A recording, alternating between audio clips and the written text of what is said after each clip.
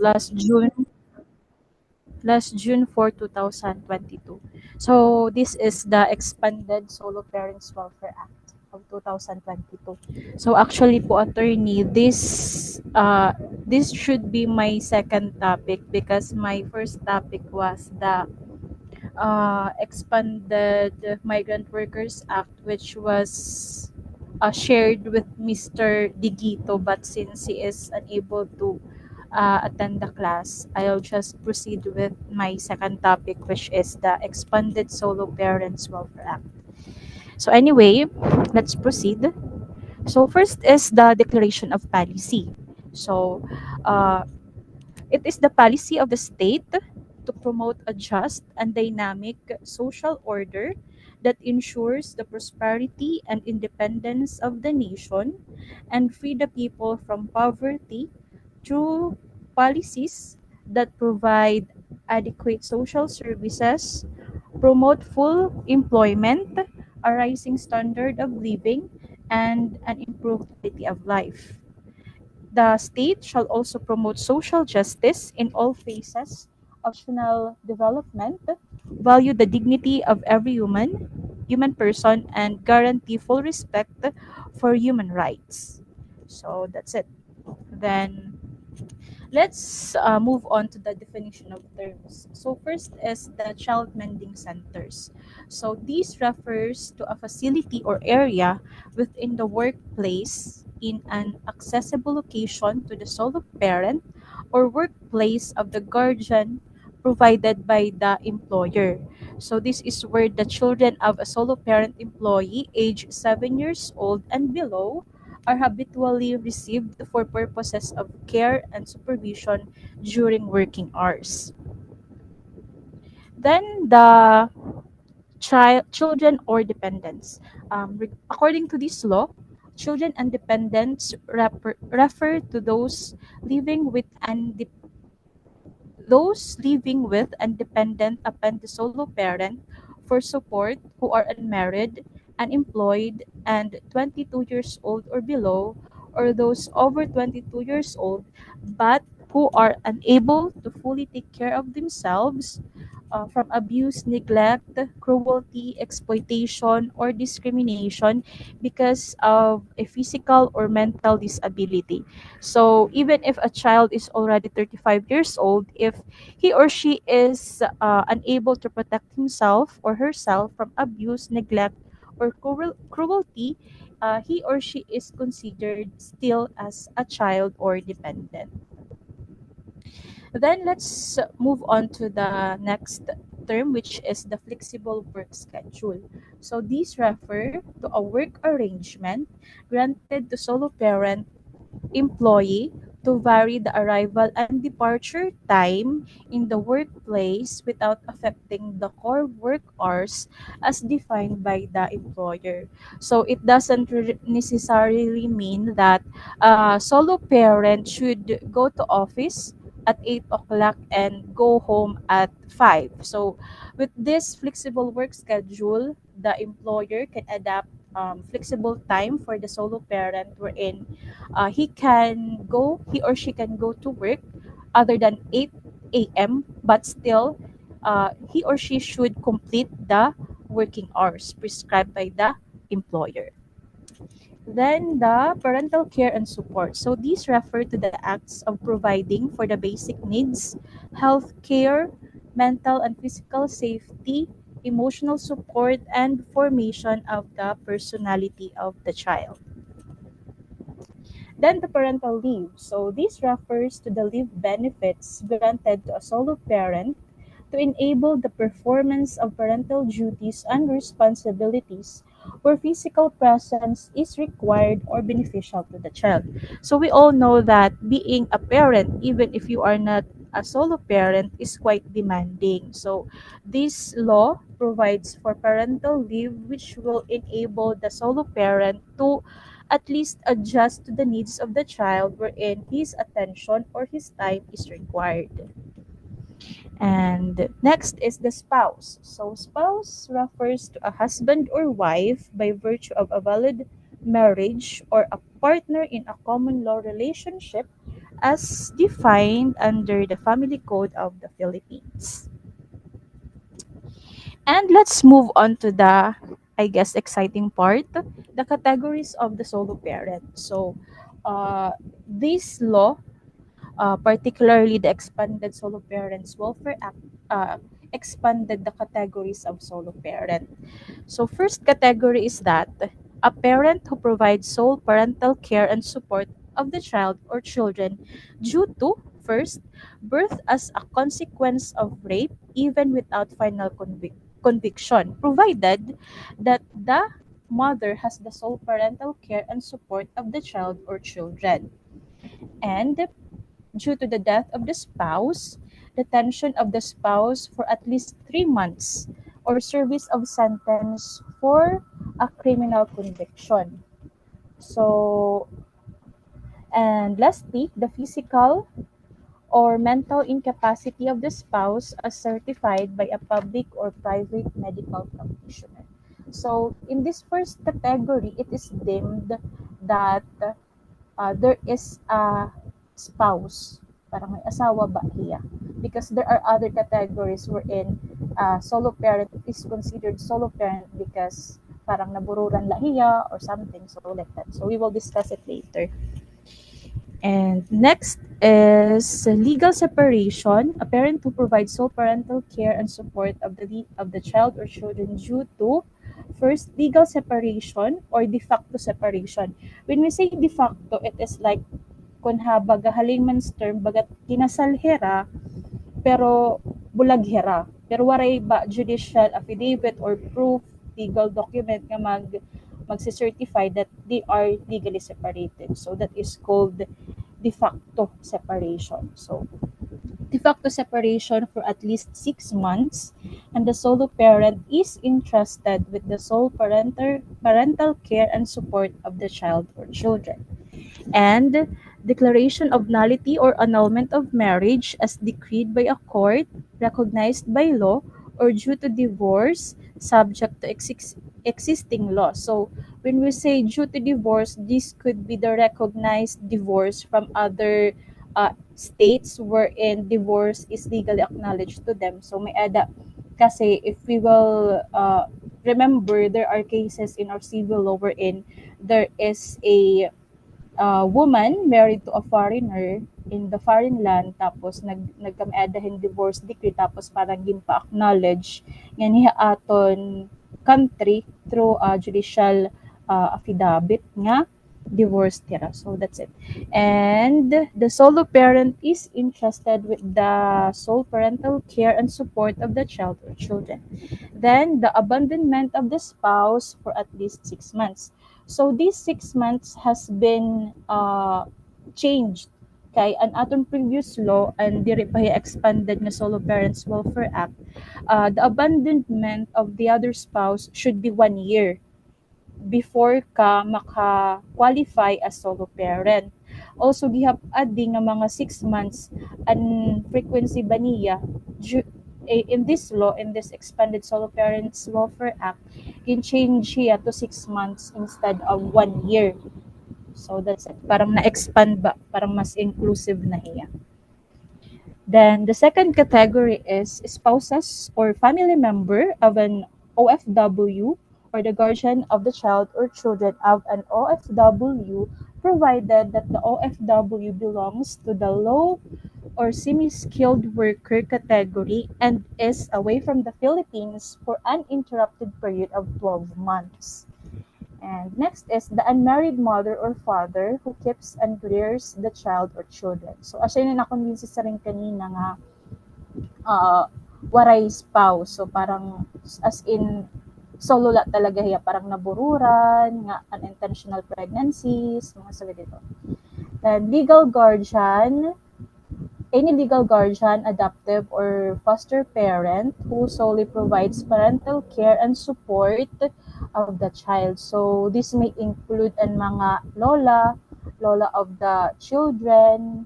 So, pwede hera ma-consider as solo parent provided that they provide for the sole parental care and support of the child. So, that's it.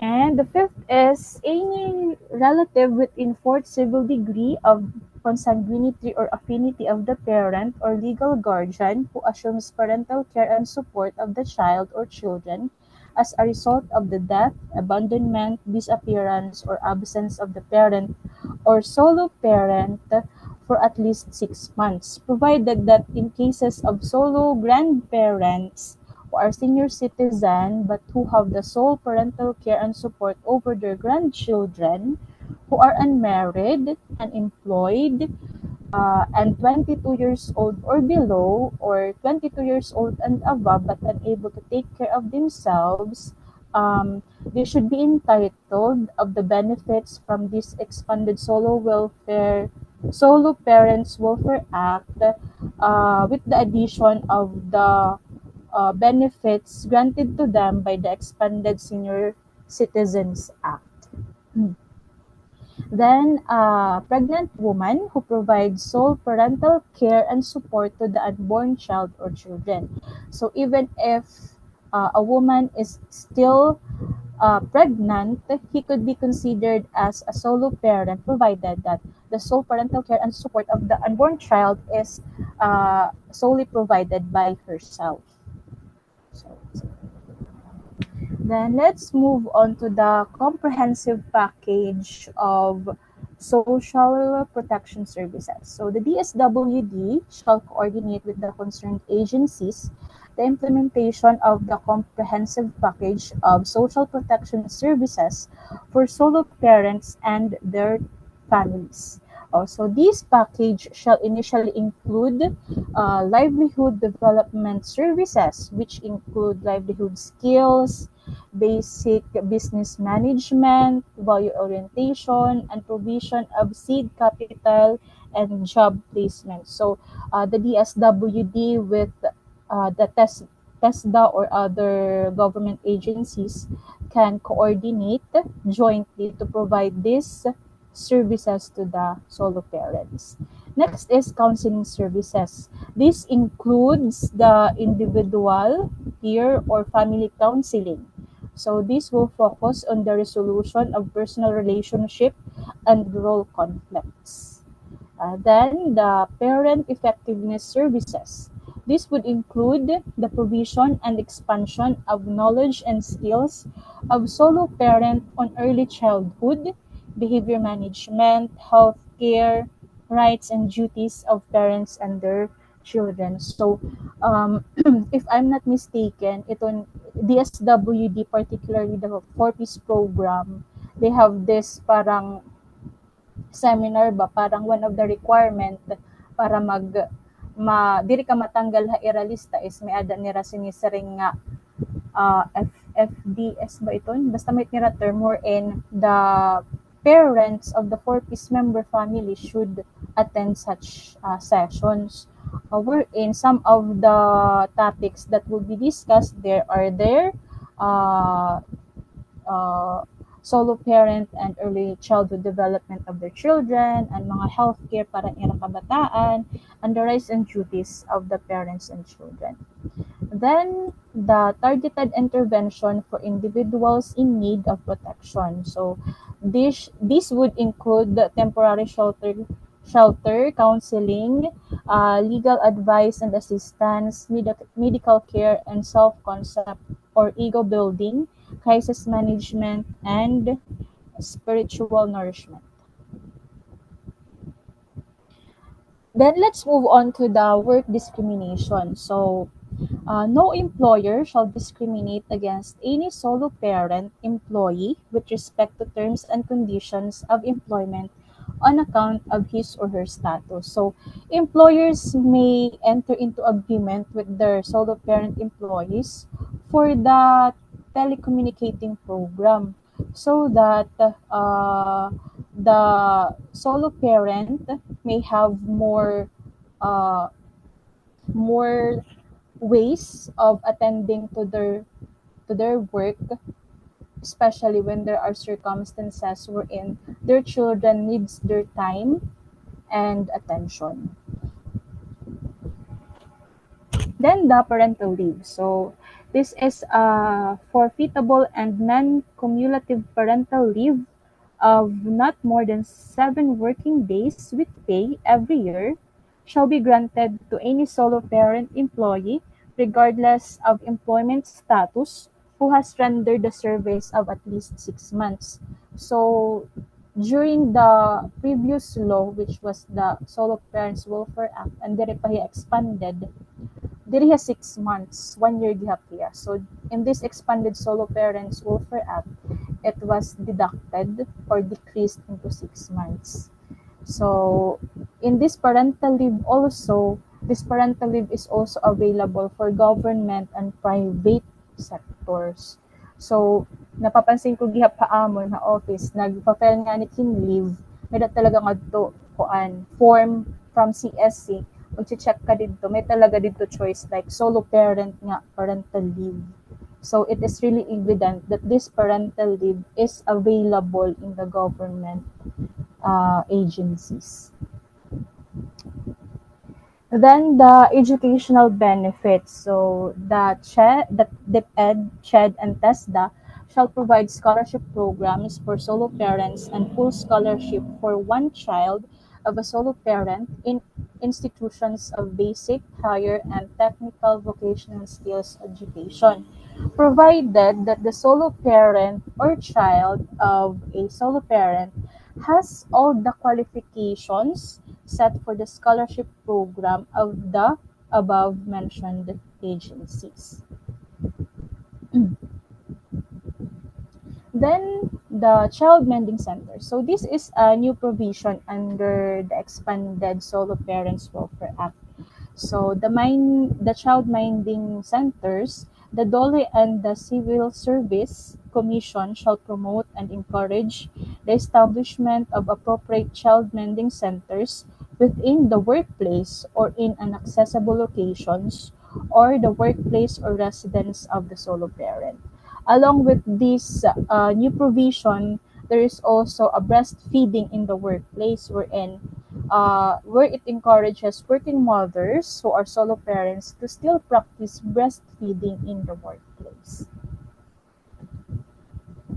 Then the social safety assistance. So this social safety assistance provides that the solo parents, their children are entitled to social safety assistance such as food, medicine, and financial aid for domicile repair in the LGU where the solo parent and their children are residing.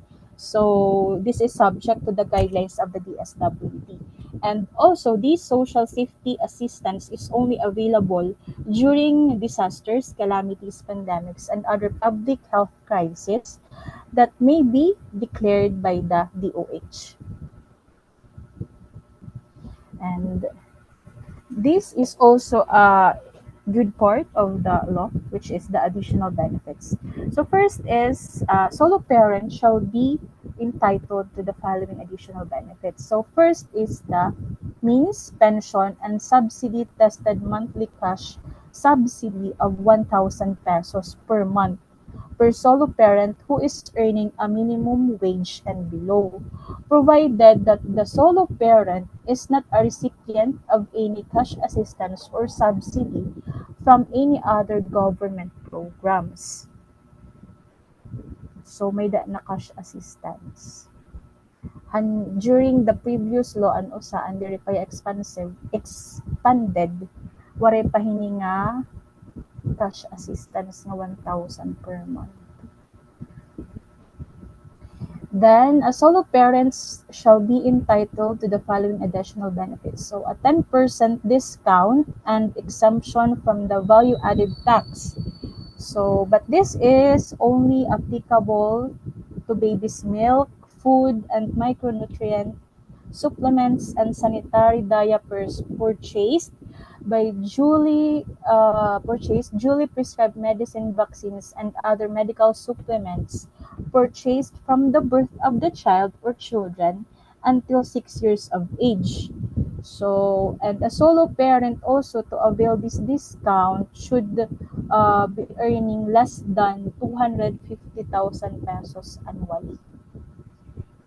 and the automatic coverage of the National Health Insurance Program.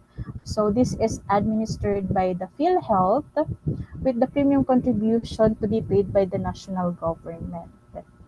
So provided if the solo parent is employed, parang shared and era contribution with the employer. That's it. Then prioritization of solo parents, particularly solo mothers, in re-entering the workforce and their children as applicable in apprenticeship, scholarships, livelihood, training, integration programs for OFWs, employment information and matching services, and other poverty alleviation programs. So this is in cooperation with the TESDA, DTI, CHED, DOLE, DepEd, and other related government agencies. Next is the prioritization and allocation in housing projects with liberal terms of payment on government low-cost housing projects in accordance with the housing law provisions, prioritizing the applicants below poverty line as declared by the PSA. So to avail this additional benefit, the solo parent should present his solo parent identification card and the solo parent booklet. So may that nga mga sulod para sa senior citizen may booklet and ID. Next is the limitation and termination of the benefits of solo parents. So walang forever din sa solo parent. So only a solo parent exercising sole parental care and support of the child or children is entitled to claim the benefits of a solo parent. So a solo parent shall not lose his or her status as solo parent if the other parent provides occasional assistance and or seasonal gifts that do not meet the legal requirement of the support under the family code. So, his solo parent, biskan siya unta and mother, kaya ang considered as solo parent. Biskan siya on ang iya husband na support ta iya. Pero ang support ta husband is not sufficient enough para pag-support ta needs han bata. Diri lagi mawawara ang pagiging solo parent ni mother. So like for instance, an tatay and father only supports for only 2,000 pesos per month para han child. So that kind or that amount is not sufficient to support the needs of the child, especially when the child is already in school, may dana niya mga educational needs, ganun. Pero kung parehas kan John Lloyd Cruz, nga gintagan hing quotation, kumpara iton needs han iya anak ni Elias, so it could be considered or any other na cannot be considered as solo parent. So, di rin maliwag yung mako-consider kami man yung asawa. Anyway, so that's it. And also, the absence of a valid and legal marriage between the mother and the father of a child or dependent does not automatically entitle either individual to the benefits under this act. So, sa unta may mag-asawa, there's a family, husband and wife, tapos they have a child or children. Unfortunately, their cohabitation is not binded by a legal marriage. So the absence of a legal marriage does not automatically qualify either of the parents to be a solo parent. Why? Because it should be proven that the parental support and care is provided by only one parent. Pero kung oo nga ni, they are not married, pero they still share the same support and care to the children, they are not considered as solo parent. So, parang ganun. Okay. Next is the solo parents office or division. So there shall be a solo parent office in every province and city, and the solo parent division under the Municipal Social Welfare and Development office in every municipality. So these are among the functions of the SPO or SPD. So first is to draw up a list of available and required services from the solo parents, to assist the solo parents in filing the complaints against any individual, establishment, business entity, institution, or agency that refuses or fails to provide the privileges and additional benefits of the solo parents granted under this act. So may adahira office. And I guess this office from the MSWDO, adagya pa iragim pro process and pagka may adahan card and hand booklet. The card is the solo parents identification card. And here, so documentary requirements for the issuance of the solo parent identification card and booklet. So from the original provision of the expanded Solo Parents Welfare Act, the documentary requirements is so lengthy that it will consume a lot of slides. So I have here a QR code. If you want to have a copy, it is a summary of the documentary requirements of acquiring or the issuance of the solo parent identification card and booklet. So you can scan this code maybe through your Google camera or your camera. So may dito yung link na magawas. So, okay, just scan. Anyway, let's move on. Let's move on to the abused, abandoned, and neglected solo parents or solo parents who are victims of domestic violence. So in these cases where a solo parent has been abused, abandoned, or neglected by his or her partner, co-partner, or he or she may seek the help of DSWD, which shall coordinate with the respective barangay officials or police officers in the nearest PNP office where the abused, abandoned, and neglected parents reside in order to provide immediate assistance. So, if the co-parent is gainfully employed, ining gisising din nga co-parent ang may nag-abuse, nag-abandon, and nag-neglect. So, if he is gainfully employed, the abused solo parent shall have the right to retain a portion of the former's income to be agreed upon by both parents or by a valid order issued by a court of competent jurisdiction for the support of the child. So he co-parent niya siya nag-abuse, nag-abandon, may adat niya obligation to support the abused or abandoned co-partner or co-parent. So this can be issued through the order by a competent court. Next is the special protection for adolescent solo parents. So adolescent solo parents, including victims of child marriages, shall also be provided with assistance from the DSWD and the DOH, which may include counseling, psychosocial services, home-based, in-school, or technical education as warranted. Then the prohibited acts and penalties. So any person, corporation, entity, or agency that refuses or fails to provide the benefits granted to solo parent in violation of this act shall suffer the following penalties. So first, for the first violation, a fine of not less than 10,000 pesos but not more than 50,000 pesos, or imprisonment of not less than 6 months but not more than 1 year, or both at the discretion of the court. And for any subsequent violation, a fine of not less than 100,000 pesos but not more than 200,000 pesos, or imprisonment of not less than 1 year but not more than 2 years, or both at the discretion of the court.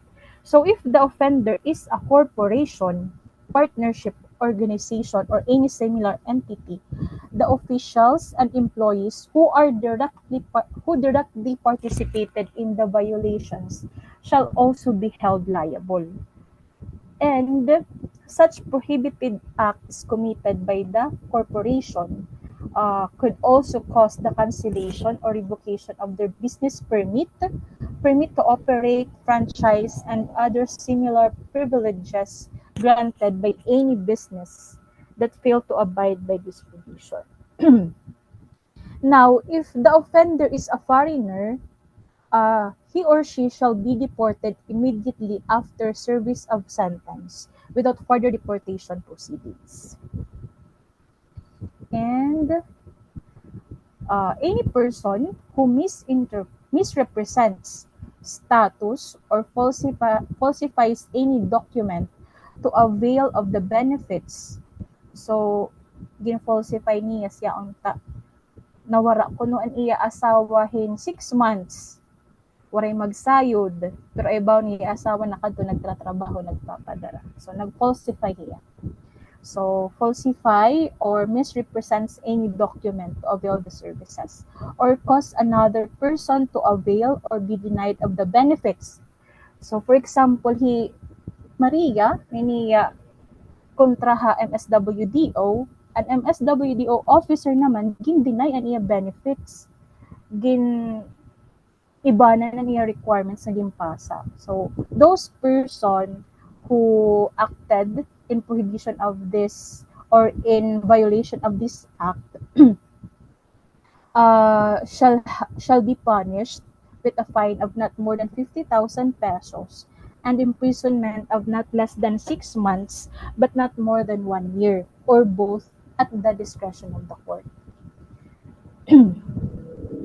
And when the offender or the person responsible for the offenses punishable under the aforementioned paragraph is a public officer like the MSWDO in our example kanina, and the offense was committed in the exercise of his official duty, nakadura opisina, ginibanan ang documents and requirements, such officer or employee shall suffer the removal from office. So, diri na yung MS and a perpetual disqualification from holding public office. So, diri nagyapiya makakarawat for any public office. And this is in addition to the penalty kanina. Kanina nga penalty na may amount of 50,000, ganon. So, may niya add-ons, riders, charot. And that's all. Thank you for listening.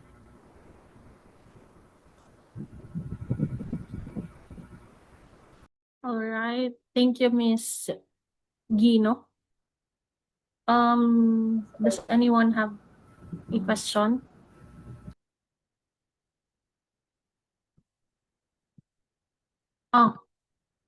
Mr. Martinez raised his hand.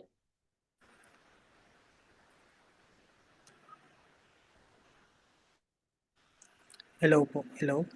Hello po. Hello po, attorney. Ma'am Mabeth, I would like to ask lang. For example po, hypothetical lang. Let's just say, I don't know if na-mention ni, na-discuss niyo before during discussion. Pero for example po, si Yuntahi, si John Lloyd Cruz, tapos si Ellen Adarna, di ba, may anak, Elias, tapos si John Lloyd na support. However, he Ellen may ada niya partner in the name of Derek Ramsey, sina Direra Kasal. However, Derek Ramsey na support kanilias. Pwede ba maka-claim hi Ellen Adarna in benefits under RA 1186-1? As provided, nasa rin kasi aton balaod, machi-change la ang status han solo parent kung ma-prove ha court nga an parental support or guidance or care is shared. So regardless kung an na-support na haiya is an iya bago na nga asawa, dili lagyap siya magkwa-qualify hin solo parent kay there is already a shared parental support and care to the child. So iton gin i-emphasize ni nga aton balaod is that solo parent. And solo parent, he he or she has the burden of caring all the needs han iya children. So although may data kanina na mention nga may na support pero diri is sufficient. So asya baan gin tatagan hin doon han balaod nga diri ba maging burdened ang solo parent. So kung para sa ito nga instances nga may ada na niya partner who is not the biological father of his or her son, he or she will not qualify as a solo parent because the parental support and care is already shared. Okay po. Yun. Thank you, ma'am. Clarification lang. Thank you. So does that mean nga waray na obligation ang biological father? No, attorney, it doesn't mean nga there is no obligation of the biological father. That biological father has still the obligation being the biological father, but in acquiring the benefits or being eligible to be a solo parent and mother, di riya magwa-qualify. But that it doesn't mean nga si father, baka may na direct ram si ni Ellen Adorn, na di rin na siya magpapakatati hitiya anak. So, Alright. Okay. Thank you. So are you satisfied with the answer, Mr. Martinez? Yes po, attorney. Thank you. Okay. Do you have any other questions? Attorney, Okay. Ma'am Gino, follow up lang po han case ni Sir JM. Halimbawa po, ang bata, ang lola at pinaka-guardian, and then a natural parent abroad, but sabihin na lang natin, diri nagpapadara or kung nagpapadara man, madalang lang. So, ang iya lola, ang grandparents, pwede ba hindi maka-avail? Yes po, ma'am. Yes po. Na-mention ta po earlier that a relative of a solo parent who is abroad, oo. So, pwede siya mag-qualify. So, bisan pa hiya senior citizen, ma-qualify lagyap hiya as solo parent without prejudice sa iya benefits han kanan senior citizen. So, hiton nga case po nga ang child is under the custody of the grandparents. So, in that case, the grandparent, kung hiya nagudla talaga, wala na niya asawa, tapos hiya na nagpo-provide hin solo or sole provision han parental support han bata, will be considered as solo parent. But this is not in prejudice of his benefits with the expanded or the Senior Citizen Welfare Act. So, both pa hiya makaka-avail. Both hiya. Both hiya makaka-avail. So, kung may ada po, kung senior citizen, there is 20% discount kung na-avail hirat ira mga medisina, pero an ira reseta as senior citizen, makaka-avail hinanay nga grandparent nga solo parent. Tapos, kung an iya liwat apo nga 6 years old and below nga adahan iya custody, tapos may ada gatas, may medisina, may vaccine, makaka-avail liwat hinanay nga senior citizen na. Kaya hiyaman ang solo parent han bata. So parang in addition to his benefits being a senior citizen, may dapaya benefits as a solo parent gadahan iya apo. Okay. Ma'am, additional na lang po. With regards sa mga requirements, same ba? Kailangan ba naman ang grandparents? Yes po. Because kung makikita niyo yung adtuhan list, parang nakasummarize tiya based kung ano ang category han na-apply nga solo parent. So may dat ngadto mga enumeration kung ano. Okay. Yes. Thank you so much, ma'am. Okay. Naman ayaw nga para hiton. Okay. Okay. All right. Do you still have other questions? Attorney. Okay. Sige. Unlimited. Interesado hirahit ano. Relate match ako, solo parent. Pero di rin nakaka-benefit ito ng mga kuan. Iton kuan ko lahat dida is yung 7 days nga leave. Asya natakit na tatagamtaman. Kay as to kuan, asya tako ni papakiana. Kasi di diha Mercedes, DSWD, nag-ask ako about yung book. Di ba kanina may ipakita ka na ano, Ang na booklet po. ano about kanan kwan. An era reason is waray pa kuno ha, waray pa kuno didi. Ha, syudad pala kuno may da kay supposedly di ba may mga discount kanan mga vitamins kuntaan kabataan. Wa acceptable ba nga reason nga sugad dito nga waray pat din hiha aton dito pala ta era. Ito nga book nga kanan yun know, parang discount di ba kanan para sa kanan senior nga may da nira discount book. Oo, oo. Mm. So, bali ate, waray mo discount book, pero may damo ID. Yeah, may dako Ah. solo parent ID ginagamit ko akong leave. Other benefits wala. Kaya anakon kasi pakasabot, ito niya nga booklet, adat hiya ginagamit hin na awilhin mga discount. Mm. Oo, in part naman hiton MS, direct maaramit irastan. Pero kung babasihan ta, ini kasi nga balaod is 2022 pa. So yan na, 2025 na. Parang, I guess, it's not an acceptable excuse na for them nga waray na re-release nga booklet. Pero for anyhow, siguro may dagat ada nira may himo para at least maka-benefit ka han imo iba nga mga privileges. Tapos naman usa pa, pag makadto ka Mercury, mapakiana ka kung talaga may ada sa parent discount waray. Waray ko no itnira. Itira lang may ada is senior PWD. Yun lang. So baga Okay, parang maybe it's gusto ko about ipakaana anong gamitan existence hini nga balaod kung diri man hiya ma-avail. in nga siguro it's about time to introduce to them. Ipakita ha eran imo ID kay takon ka pakasabot it ID kasi halo yung hit ID nakabutang kun ano nga balaod and nag-take effect kung kay ano nga may ada ito nga ID tapos kung anon benefits nga ginki-carry hiton nga ID holder. So siguro kung may ada mo hiton ate, it's about time to pakita ha era nga may ada man balaod nga nasugad. Diba? Unless they will be penalized. Magkukuha ako ano yun, mag-i-insist nga dapat may pero Kaya, nasa try talaga naman dito eh. pagpakitahit itlo haira nga batas na hiya. Kay pamati ko, nakikitaan la kasi hit mga tindahan more on ha senior citizen ngan hakuan la in ha PWD. Mm. Solo parents kun information dissemination bagat nauuri hiya. It mas matanog kasi ha public itong hiranga duha.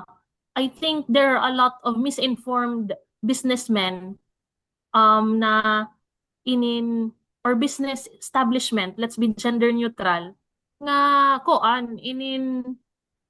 diri pera aware nga suga dito nga may tulo kita nga pinaglalaban nga mga grupo diri laan duha. So let's I think, just oo. I think ito Especially Mercury ang dapat yung MSWDO. company, di ba? Yung Mercury. Oo. Dapat siya company. I think a very tirit nga balaod. In fact, law na hiya, diri lay ordinance. So, dapat tanan nga areas should be implementing the law. Ayun. Aneras kay waray ka pa booklet, waray ka aneras sa tayo. Ori talaga hatag di mo ni sipit nga booklet, ori ko nira, sorry. Agi. Apil pa naman din at gatas, vitamins, di ba? Sayang.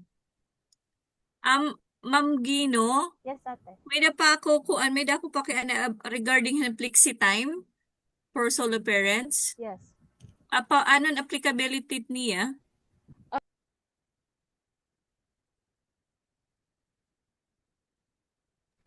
As far as I know ate, parang more on na-apply and flexible time ha mga private.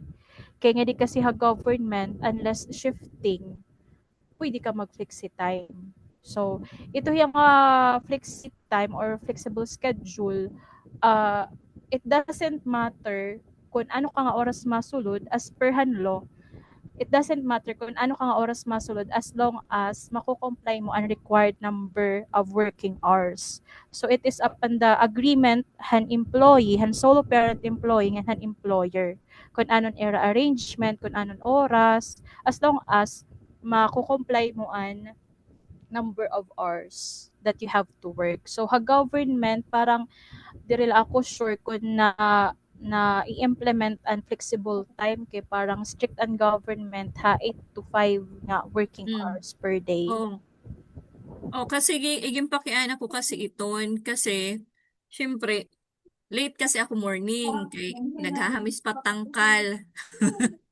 So, pag-ulpot ko nga to office late na, syempre makukuha naman ako yung kanan tardiness. So nagpakian ako kung pwede it siya applyan kanang flexi time. Like, magkuan nga, 9 masulod or 8:30 masulod, tapos ma-out 12:30, tapos 1 to 5:30. Possible ba yun? Depende ate hiton iyo institution kay may daman hiton mga guidelines. So I am not very kung ano it pwede mag-apply ha iyo. So siguro internal arrangement ha iyo office if it would allow nga pwede ka mag-flexible time. Pero habalaod, it should be or a private corporation or a government entity should adapt the flexible time to solo parents. I think under the under civil service rules, applicable ito ni flexi time, provided you are supposed to request formally from the civil service, of course, in coordination with the head of the agency, for as long as you have a valid reason for that, and that I think can be considered. We have that specific provision also under the civil service rules. Thank Thank you, ma'am, you. for that.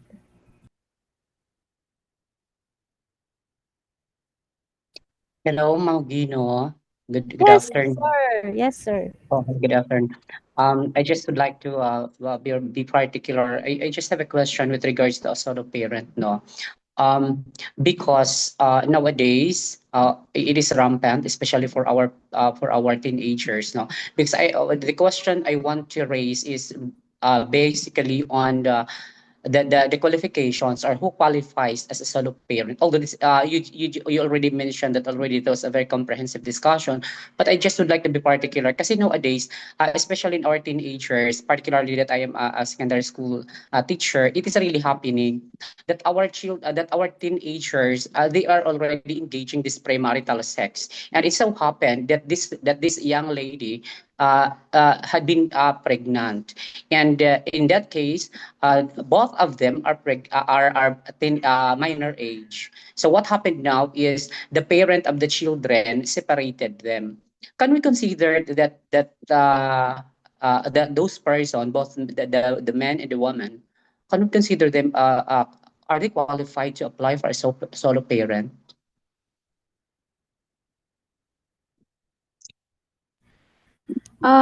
Sir, it will depend if it is duly proven that the sole parental care and support is only burdened by one among them.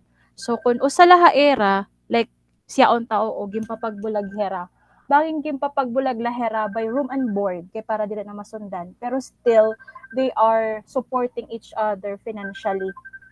So, diri hira mako-consider in that situation nga solo parent hira. Although separate hirahan balay pero may dala gihap shared parental support and care. Based on economic Yes po. And vital kasi nga hinga point is an sole parental care and support Yeah. is only burdened or aadalan usa nga kag-anak. Opo. So I really asked this question, ma'am, because I just want to come up with the point na yung law natin kasi minsan baka there are making use of these laws but which is not really appropriate, no. So kumbaga there are really particular situation or condition where we can say this is really the condition where it qualifies to apply for a solo parent. Okay po, sir. So bali siya po adto. So as long as ma-prove nga an parental support and care is only among or is only burdened by one of the parents, mako-consider hiya as solo parent. So hindi naman nga mga unfortunate circumstances sa society like early pregnancies. So I guess our Department of Health is with its different services, especially in informing the public about the benefits or the disadvantages or advantages of having a baby or the disadvantages of having teenage pregnancy po. All right. Thank you, Mama Beth. Hi po, sir.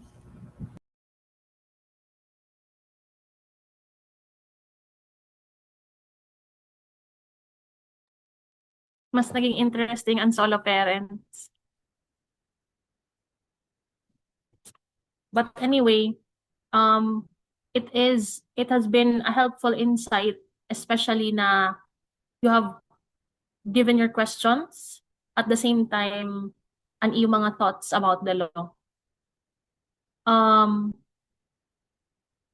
We are aware of that na may daghihap talaga kita suga dito nga kabutang nga what about teenage pregnancy? How will we apply the law to them? Pero syempre, that's true. I agree with Ms. Gino's perspective na when it comes to teenage pregnancy, still there are requirements by the law. If you want to avail of, you have to remember na whenever you want to avail these programs, may mga requirements it aton balaod. So, okay. That's it for solo parents. Just a little bit, and kanina about gender neutral. Why did I include that? Nga, masiring kita nga, ha-court man la ito, attorney. Why did we use gender fair language in addition to our discussion? So, well, I think for it is just a sudden realization nga gusto ko yung ig-api, especially nga third year na kamo. Are you having CLEP na? Yes. Oh, so kung nag-CLEP na kamo, for sure you will be visiting courts. So might as well as early as now na you will be exposing yourselves to the different cases available in the courts. You will witness ano't nangyayari dito. May existence of gender fair language and observe if ginagamit ito hiya actively by the legal professionals. And of course, kamo, kay adto kamo, you are present and you are already knowledgeable of this, may bangin magamit niyo ini. Especially, of course, additionally, you have legal forms. So in legal forms, I hope you practice gender fair language in making your pleadings. So that's just about the things that I would like to remind you of. Thank you. That's the end of our class for today.